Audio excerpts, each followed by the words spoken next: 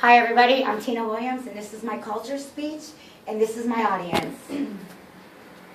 Kimberly. Taylor. Tammy. Veronica. Nicole. And Rainer. You will have 7 years bad luck if you break a mirror. It's bad luck to bad luck to walk under a ladder, and you will have bad luck if a black cat crosses your path.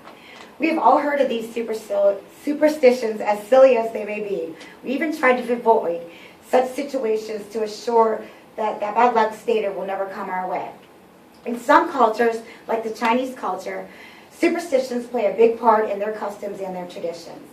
In doing my research, I came across some of the most important customs and traditions in the Chinese culture, along with superstitions, which I found interesting.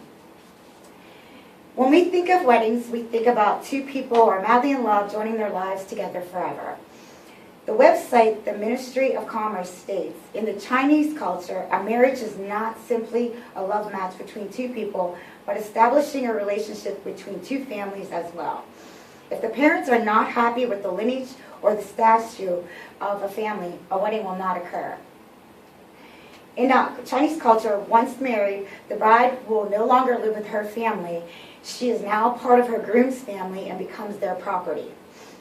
Before a wedding will even occur, there's an information gathering period. And this is when the groom's parents will find out everything they can possibly find out about their bride's family. And they also try to find out the character and the behavior of the bride. The bride's family will also try to find out what the social status and the wealth is of the groom's family, because now their daughter is going to be taken care of by their family.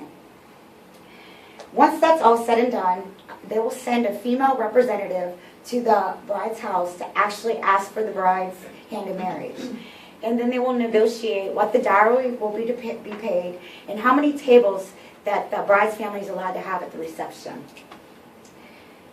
And then the lady will ask for the bride's name and her birthday so that they can ask a fortune teller what wedding date should actually be used. If a relative on either side should happen to die before the wedding is postponed up to 100 days. Another big event in the Chinese culture is funerals, which have many other customs and traditions. The website chinaculture.org states, improper funeral arrangements can wreak ill fortune and disaster on the family of the deceased. Chinese funeral rites and burials are determined by the age of the deceased, their social status, and in the marital status. Cremation is not used in the Chinese culture. When a death occurs in a family, they actually go into the house and put a piece of red paper on all their statues of their gods. They take down all the mirrors, and according to chinaculture.org, they do this practice because they believe if they see the reflection of the coffin in the mirror, somebody in their family is going to die next. A white cloth is hung over the doorway, and a gong is placed on the right side if it's a female and the left side if it's a male. The wake actually takes place at the home, and the coffin will be placed indoors if they actually died in the house, and it will be placed outdoors if they died away from the house. The coffin will remain open during the wake, and they will actually place food at the top of the coffin, and that's giving them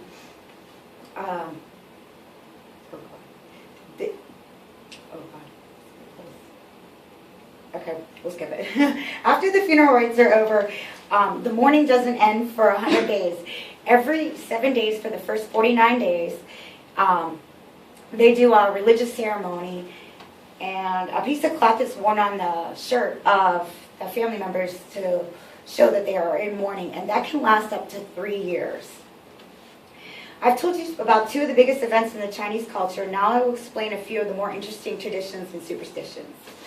According to the website Nations Online, numbers play a role second only to food in the Chinese customs and cultures. It's believed that numbers can determine a person's fate. For the reasons, they pay really close attention to how they name their children. The luckiest number is said to be 8. The unluckiest number is said to be 4. 7 represents death, and 1 represents the loneliness. Nations Online also stated that the Chinese customs forbid clipping one's toenails or fingernails at night because doing so would cause a visit from the ghosts or the dead. They also believe that these clippings have to be put in an area where nobody else knows about them because if anybody should find them, they could actually put a curse on them. Dogs also have the ability to see the supernatural, and they believe that if they howl a lot, that somebody in the family is going to die. And they also believe that the fluids in a dog's eye helps to see the supernatural. So their mediums and their psychics will actually rub the dog's fluid of the eye on their eyes so that they can be in tune with the spirits, so that they can do exorcisms and foretell the future. But they also believe that if a normal person would do that, that it could cause them death because of the shock of seeing the afterworld. In conclusion, I hope in listening to my speech today, you have learned a few things about the Chinese culture and some of their beliefs. I've covered their wedding traditions, their funeral traditions, and some of the interesting superstitions.